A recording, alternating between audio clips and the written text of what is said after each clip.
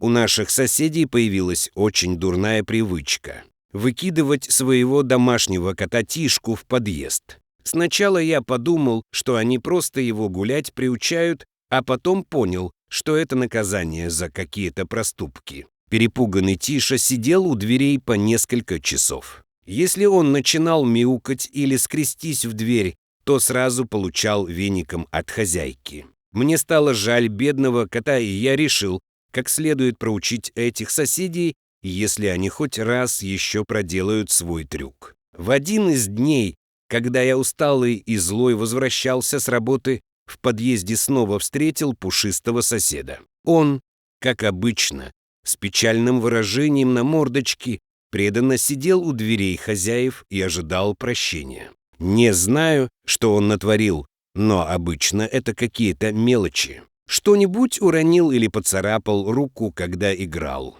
Увидев меня, Тиша привстал и приветливо затарахтел. Подъездная акустика только усилила этот звук, получилось очень громко.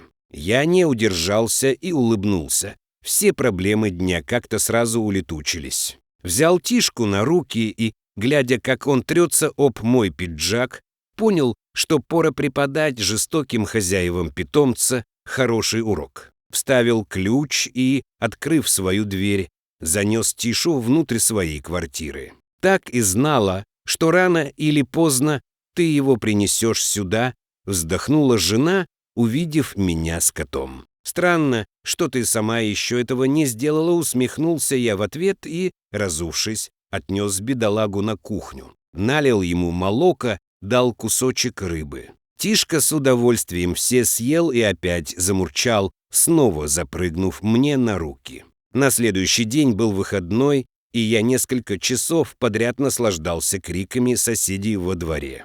Они вышли всей семьей искать пропавшего кота.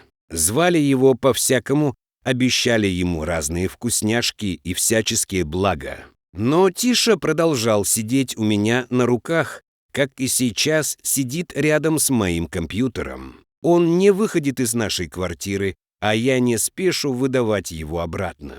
Скорее всего, меня обвинят в воровстве, когда все раскроются, возможно, удастся отделаться скандалом. Но, я думаю, это невысокая цена за благополучие этого ласкового и доброго кота, который просто не знает, как угодить своим хозяевам.